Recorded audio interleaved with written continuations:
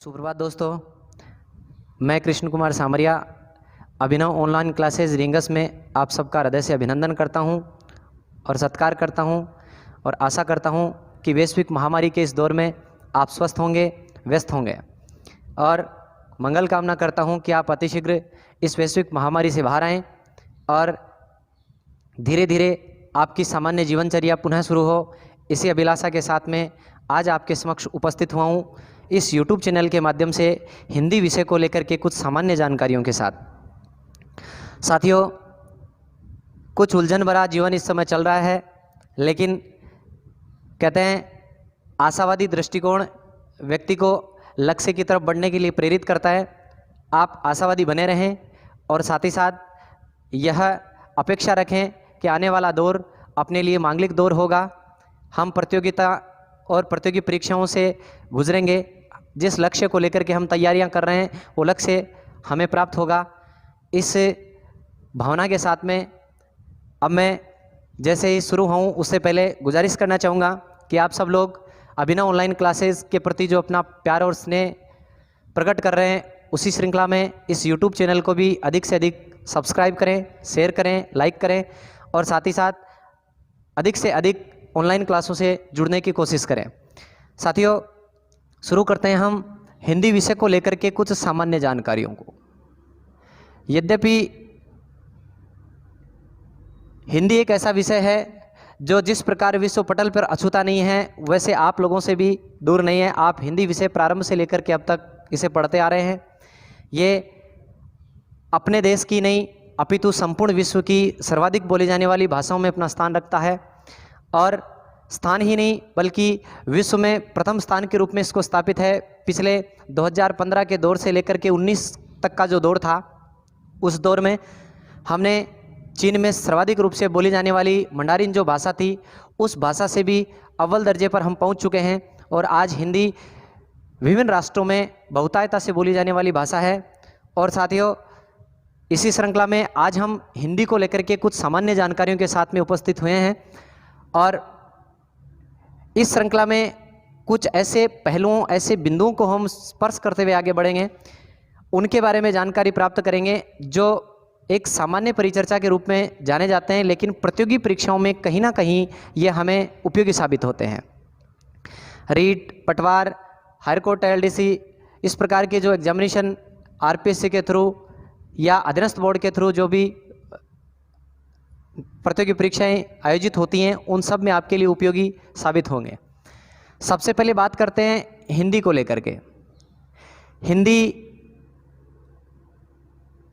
विदित है कि एक भाषा है। भाषा किसे कहते हैं? भाषा भास धातु से बना शब्द है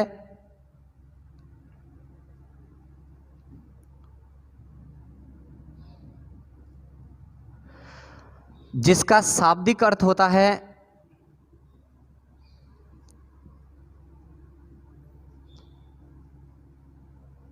प्रकट करना।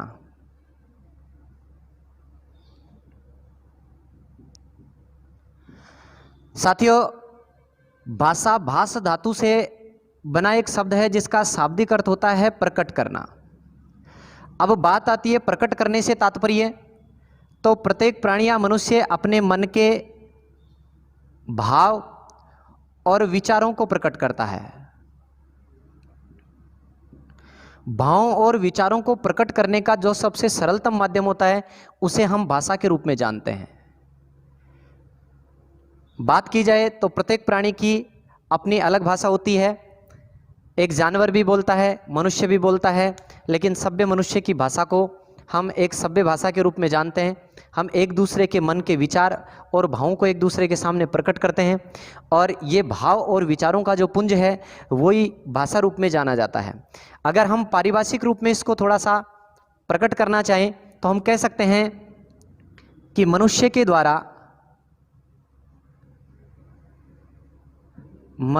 द्वारा अपने मन के भाव व विचारों को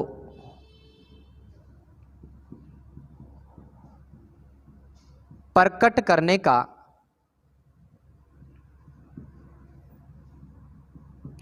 सबसे सरलतम माध्यम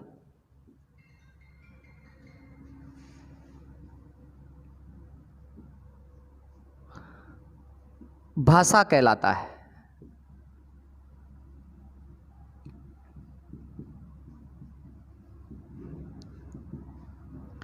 पारिभाषिक रूप में हम इसे व्यक्त कर सकते हैं कि मनुष्य के द्वारा अपने मन के भाव और विचारों को प्रकट करने का सबसे सरलतम माध्यम होता है, उसे भाषा कहा जाता है। साथियों ध्यान देना, यदि बात करें हिंदी भाषा को लेकर के तो सबसे पहला प्रश्न यही आता है कि जिस प्रकार से सभ्यताओं के दौर से मनुष्य निकला और उत्तरोत्तर मनुष्य में एक सभ्य प्राणी के रूप में विकास का क्रम चला, उसी प्रकार से भाषा के विकास को भी एक लंबा समय तय करना पड़ा। और उस समय के दौरान हिंदी भाषा की उत्पत्ति किस प्रकार से हुई, किन किन भाषाओं के दौर से इसे गुजरना पड़ा, और आज मानक हिंदी के जिस रूप को हम स्वीकार करते हैं उस तक पहुंचने के लिए कितना लंबा या कितने लंबी यात्रा तय करनी पड़ी। तो आज हम हिंदी विषय के सबसे पहले ऐतिहासिक स्वरूप के ऊपर थोड़ी सी दृष्टि डालेंगे और तत्पश्चात संवैधानिक स्थिति पर इसकी परिचर्चा होगी, और फिर हम व्याकरण के उन महत्वपूर्ण बिंदुओं की ओर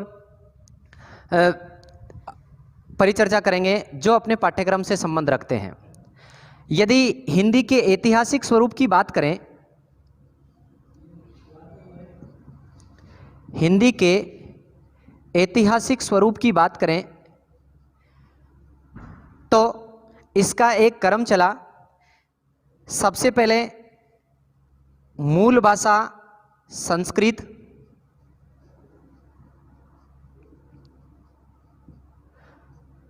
कहते हैं जितने भी अपने ऐतिहासिक ग्रंथ प्रारंभिक रूप से जैसे वेद, साहित्य, उपनिषद, पुराणों की हम बात करें, समस्त किसमें रचे गए, मूल भाषा संस्कृत में। और उस मूल भाषा संस्कृत से ही हिंदी का एक निश्चित विकास क्रम बना, और उस विकास क्रम की श्रृंखला में कहते हैं मूल भाषा संस्कृत के बाद इसके दो भाग बने। एक भाग को हमने वैदिक संस्कृत कहा,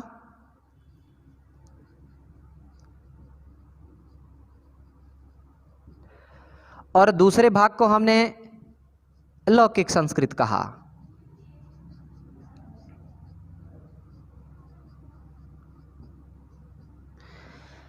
वैदिक संस्कृत की हम बात करें तो प्रारंभिक रूप में मूल भाषा की अग्रिम जो कड़ी थी वो वैदिक संस्कृत कहलाई।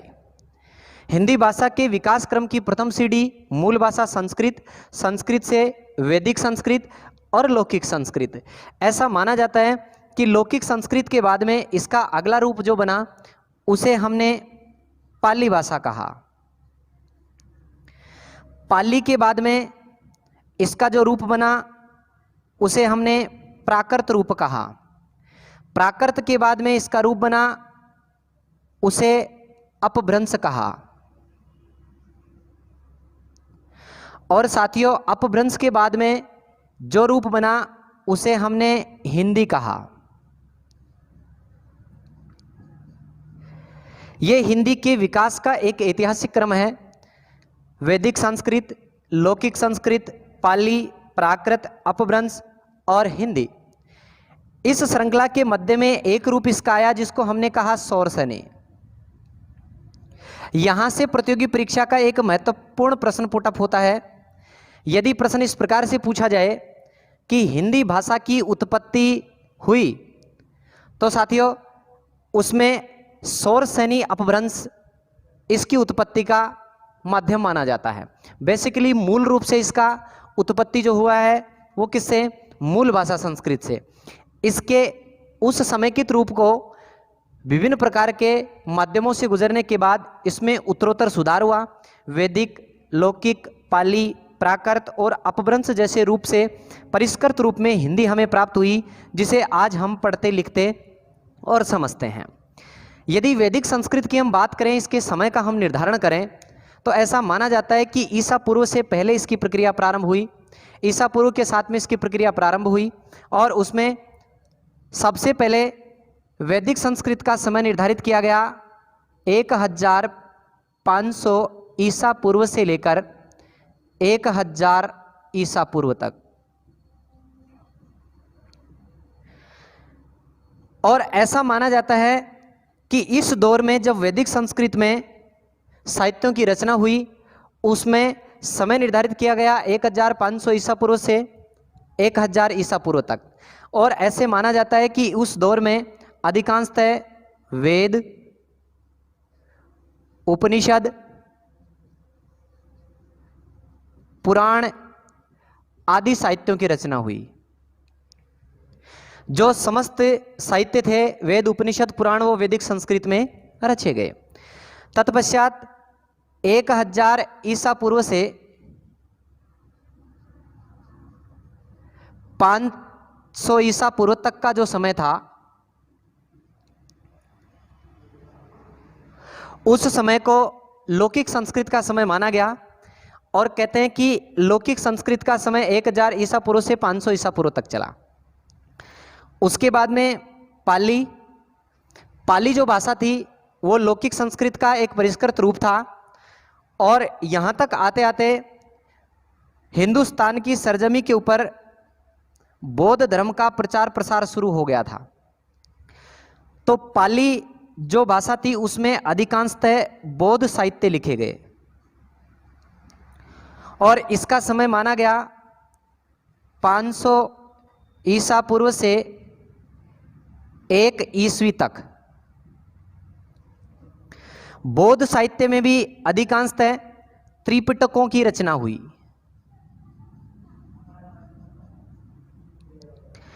त्रिपिटक वे ग्रंथ हैं जिसके संदर्भ में हमें बौद्ध साहित्य के बारे में या बौद्ध धर्म के बारे में महत्वपूर्ण जानकारियां प्राप्त होती हैं। जैसा कि भगवान बुद्ध के जन्म की कथाएं, जिन्हें जातक कथाएं कहते हैं, संदर्भ ग्रंथ पाली रूप में लिखे गए और आज भी हमें बौद्ध साहित्य के संदर्भ में इनके बारे में जानकारियां प्राप्त होती हैं। अब बात करते हैं, जैसे ये समय गुजरा उत्तरोत्तर पाली भाषा में भी सुधार हुए और उसकी सुधार प्रक्रिया का अगला जो क्रम आया उस क्रम में प्राकृत भाषा आई। और प्राकृत आते आते एक धर्म और उद्भूत हो गया और वो था जैन। और इस दौर में जैन साहित्य सर्वाधिक रूप से लिखा गया। और जैन साहित्य में भी विशेष तौर से आगम साहित्य को स्थान मिला। आगम साहित्यों की सबसे ज्यादा क्या की गई, रचना की गई। और जैन साहित्य में आगम साहित्यों का जो समय माना जाता है उसका निर्धारण 1 ईस्वी से लेकर के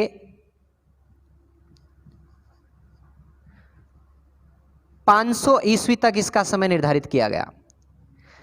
प्राकृत भाषा का जो प्रचलन रहा वो जैन साहित्य को लेकर के आगम साहित्य तक 1 ईस्वी से लेकर 500 ईस्वी तक।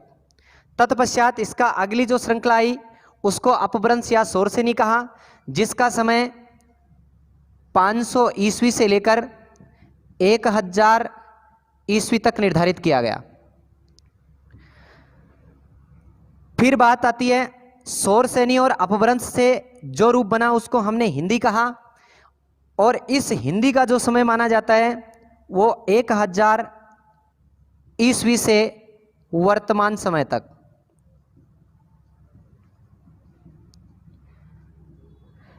लेकिन ऐसा नहीं कि जिस क्रम में हम चल रहे हैं उस क्रम में एक भाषा रूप को शुरू होने के बाद में दूसरा भाषा रूप शुरू हुआ तो पहले वाला नष्ट हो गया, इस प्रकार की प्रक्रिया नहीं थी।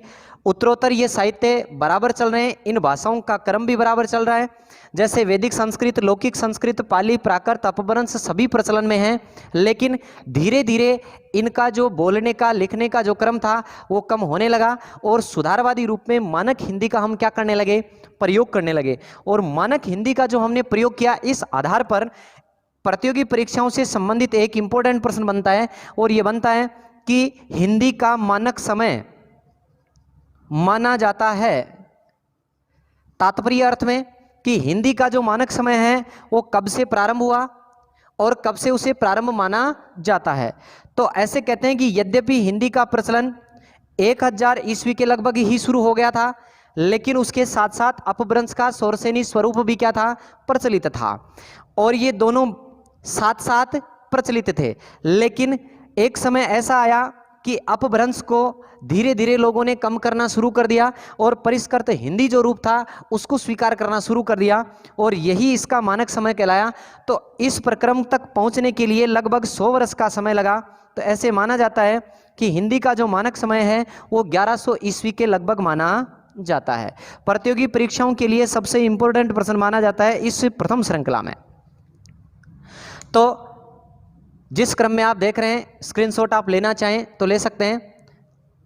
आपके समक्ष हिंदी का एक प्रारंभिक ऐतिहासिक स्वरूप है। मूल भाषा संस्कृत से उत्पत्ति इसकी प्रारंभ हुई, जिसके दो स्वरूप बने, एक वैदिक संस्कृत, एक लौकिक संस्कृत। वैदिक संस्कृत का समय 1500 ईसा पूर्व से 1000 ईसा पूर्व के लगभग माना जाता है, जिसमें अधिकांशतः वेद, उपनिषद और पुराण जैसे साहित्यों की रचना हुई। तत्पश्चात लौकिक संस्कृत, जिसका समय 1000 ईसा पूर्व से 500 ईसा पूर्व तक। लौकिक संस्कृत के बाद में पाली, जिसमें बौद्ध साहित्यों की रचना हुई। बौद्ध धर्म का सर्वाधिक प्रचार प्रसार हुआ, समय 500 ईसा पूर्व से लेकर के 1 ईस्वी तक। पाली का अगला जो रूप था वो प्राकृत था, जिसमें जैन साहित्य, विशेष तौर से आगम साहित्यों की रचना हुई। 1 ईस्वी से लेकर के 500 ईस्वी तक इसका समय माना जाता है। प्राकृत के बाद में अपभ्रंश शौरसेनी स्वरूप आया और ऐसे माना जाता है कि इसी स्वरूप से हिंदी भाषा का विकास निर्धारित हुआ। जिस भाषा को आज हम बहुतायता से प्रयुक्त करते हैं वो भाषा हिंदी है, वो शौरसेनी अपभ्रंश स्वरूप से हमें प्राप्त हुई, जिसका मानक समय 1100 ईस्वी अर्थात 1100 ईस्वी के लगभग माना जाता है। एक बार आप नोट करना चाहें नोट कर लीजिए, स्क्रीनशॉट लेना चाहें ले लीजिए।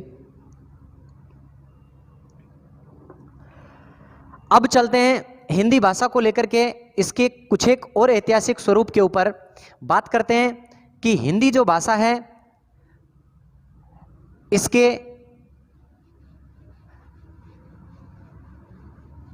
मूलतः है हिंदी किस भाषा का शब्द है, कहाँ से लिया गया है, इसके विकास क्रम की अगली श्रृंखला क्या है और संवैधानिक स्वरूप में ये किस प्रकार से आगे बढ़ा। तो सबसे पहले बात करें, प्रतियोगी परीक्षाओं में पूछा गया प्रश्न भी है कि हिंदी किस भाषा का शब्द है।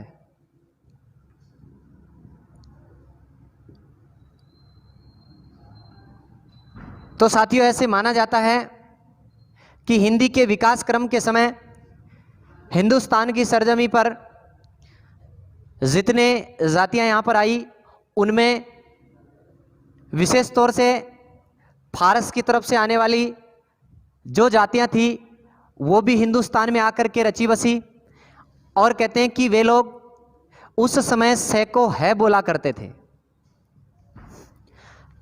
ये निवासी भारत के सिंधु नदी के इर्द गिर्द निवास करने वाले वे लोग थे जो सैको है के रूप में क्या करते थे, उच्चारित करते थे। और उसी उच्चारण दोष के कारण से सिंध प्रदेश के इर्द गिर्द रहने वाले लोग जो थे या सिंधु नदी के इर्द गिर्द रहने वाले जो लोग थे, सैको हिंदी बोलने के कारण से हिंदू कहलाए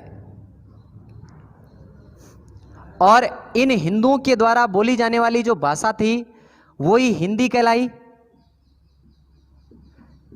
जिसे सैकार ध्वनि के साथ में सिंधी कहते थे, वो हिंदी स्वरूप में काबिज हो गई और इस हिंदी को बोलने वाले वे लोग सारे हिंदुस्तानी कहलाए।